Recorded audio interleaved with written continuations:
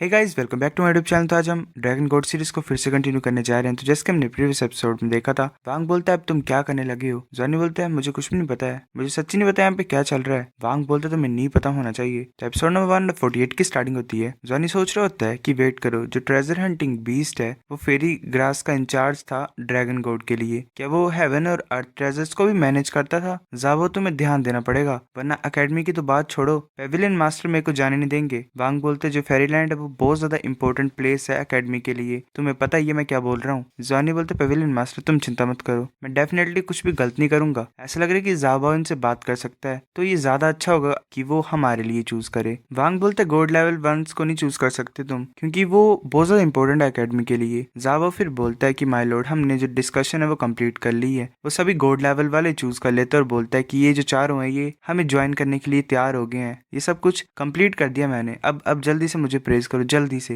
वेलिस ने कर दी गड़बड़। जॉनी जाबा को पकड़ लेते और बोले तुम क्या कर रहे हो, चुप हो जाओ। ये कैसे हो सकता है, ये सीनियर्स हमें कैसे ज्वाइन कर सकते हैं? एकेडमी के बारे में तो सोचो। पेविलियन मास्टर प्लीज प्लीज गुस्सा मत करना। वांग जो होता है वो बोलता है बहुत अच्छे लान जान्यू। वो मतलब एक तरीके से सुपर सैयन ही कन्वर्ट हो गया होता है गुस्से से। तो वो जो मेन होता है मतलब ट्रेजर, वो बोलता है कि तुम चिंता मत करो माय लॉर्ड, हम जो एकेडमी की प्रॉब्लम्स है उन्हें सॉल्व कर लेंगे खुद ही। फिर हमें दोबारा फेरीलैंड का सीन दिखाया जाता है। जाबा बोलता है कि मास्टर वांग, ये सब गॉड लेवल पावर हाउसेज में इवॉल्व होना चाहते हैं, इसके लिए काफी ज्यादा लाइफ एनर्जी चाहिए होती है और लाइफ एनर्जी को ऑब्जॉर्व करना इंपॉर्टेंट है। अब इनके पास एक सूटेबल प्लेस है जहाँ पे अपनी इवोल्यूशन को कंप्लीट कर सकते हैं। जॉनी बोलते तुम्हारा मतलब टैनलोंग स्टार? जावा बोलता है हाँ वो प्लेस जो लाइफ एनर्जी है वहाँ पे वो गॉड लेवल पावर हाउस इससे भी ज्यादा को सपोर्ट कर सकते हैं डूला स्टार के।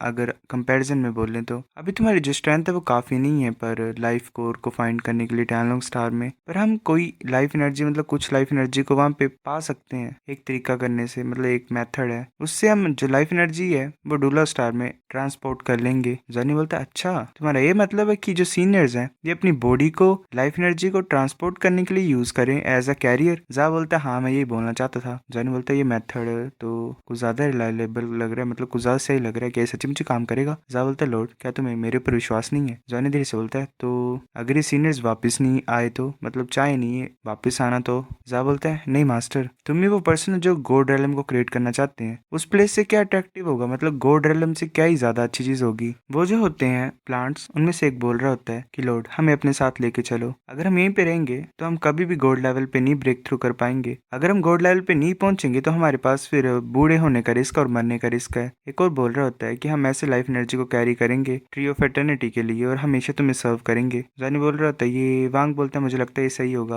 अगर हम सक्सेसफुल हुए तो ये ट्री ऑफ एटर्निटी के लिए भी अच्छा होगा और अकेडमी के लिए भी। जॉनी बोलता है तुम इसे डिस्कस करना चाहते पेविलियन मास्टर के साथ? वांग बोलता है तो करना ही पड़ेगा, कोई भी टाइम नहीं बचा, चलो जल्दी चलते हैं। जॉनी बोलता है ठीक है। वांग बोलता है कि तुम यहीं पे रुको और ट्रेन करो, मैं जाता हूँ जॉनी के साथ। बाकी बोल रहे थे ठीक है। फिर ऐसे ही बाकियों को छोड़ के पेविलियन मास्टर वांग और लान जॉनी वापस आ गए सीगोड पेविलियन में।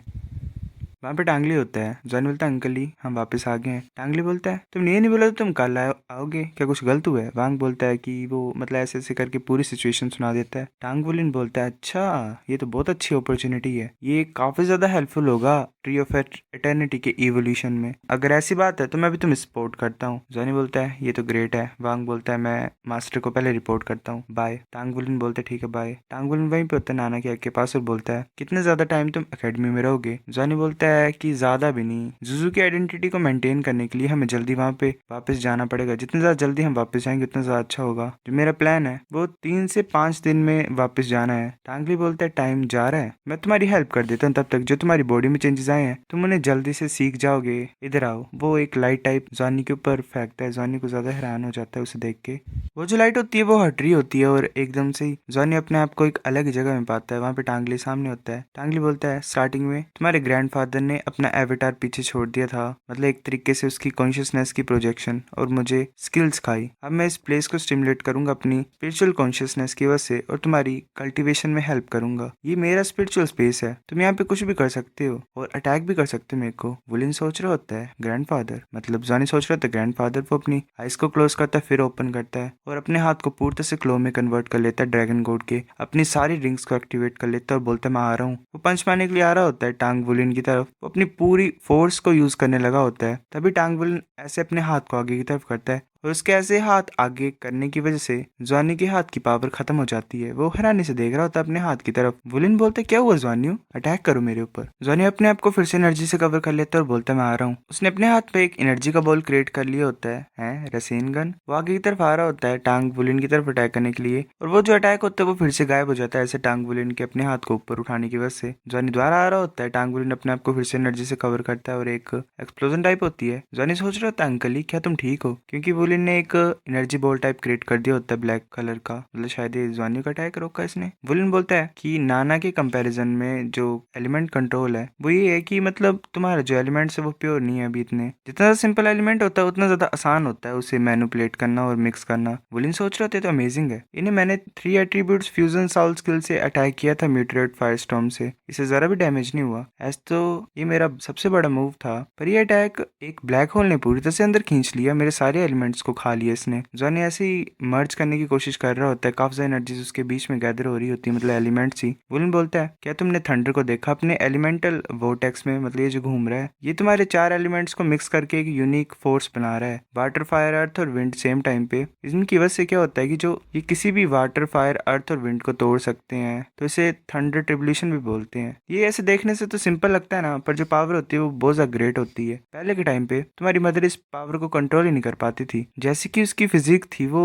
मतलब कांपते रहते थे उसके हाथ, और वो अपनी बॉडी के ऊपर डैमेज कर देती थी। पर तुम डिफरेंट हो, तुम्हारे पास फिजिकल स्ट्रेंथ भी और तुम्हारा एलिमेंटल कंट्रोल भी अच्छा है, तो मैं ये सोच रहा हूँ कि तुम ट्राई कर सकते हो इसे। जितना मुझे पता है जो ड्रैगन गॉड है उसके पास टाइटल है गॉड ऑफ जजमेंट का, गॉड रेलम में पहले के टाइम पे, और जो एलिमेंटल थंडर है ट्रिब्यूलेशन है वो उसकी एबिलिटी होगी कंट्रोल करने की। जॉनी सोच रहा था वेट, क्या अंकल ही बोल रहे हैं मुझे मिक्स करना खुद से, क्या ये बोल रहे हैं कि मैं एलिमेंटल स्टॉर्म इतनी ज्यादा टेरिफाइंग चीज को अपनी बॉडी के साथ मिक्स करूं और रिफाइन करूं पावर को थंडर एंड जो कैलमिटी है उसकी। जॉनी सोच रहा होता है कि ये तो कुछ ज्यादा खतरनाक है, मैं तो ऐसे आगे पीछे नाच रहा हूँ जिंदगी और मौत के बीच में। अंकल ही क्या तुम सच्ची मुझ मेरे बर्थ फादर हो? वो बोलता है कि ठीक है मैं ट्राई करूंगा। वो सोच रहा था अगर अंकल ही मेरे ऊपर विश्वास करते हैं तो मैं ट्राई क्यों नहीं करता हूँ। वो ऐसे ही एनर्जीज को मिक्स करने की कोशिश कर रहा होता है, काफी सारी एनर्जीज उसके आसपास फैल रही होती हैं। वुलिन बोलता है ठीक है अब जो एलिमेंटल स्टॉर्म तुमने क्रिएट किया इसे अपनी बॉडी के अंदर दोबारा डाल लो। वो ऐसी एनर्जी को डाल रहा होता है अंदर, वो दर्द में होता है, सोच रहा होता है ये थंडर तो गुजा खतरनाक लग रही है जो एलिमेंटल स्टॉर्म से निकल रही है, जो इसे सह पाएगा अब वो मेरे ऊपर ही है। अगर मैं ध्यान नहीं दूंगा तो काफी ज्यादा होल्स मेरी बॉडी में पड़ जाएंगे। जो ये फ्लक्चुएशन एनर्जी की बॉडी में कुछ ज्यादा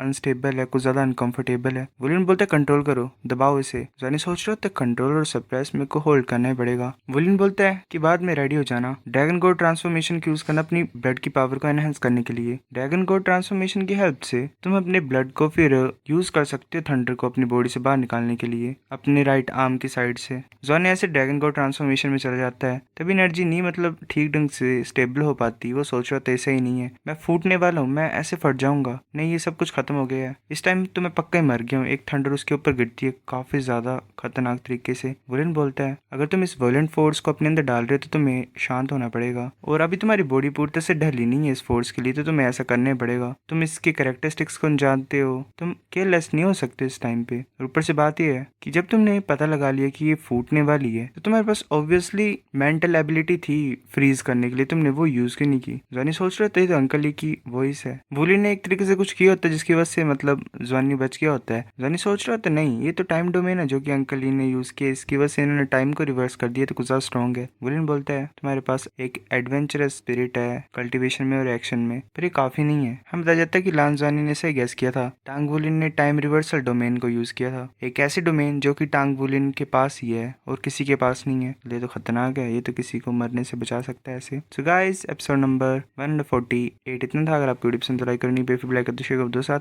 कमेंट करके बता। अगर आपको वीडियो कैसे लगे सब्सक्राइब करो। तब तक के लिए बाय बाय।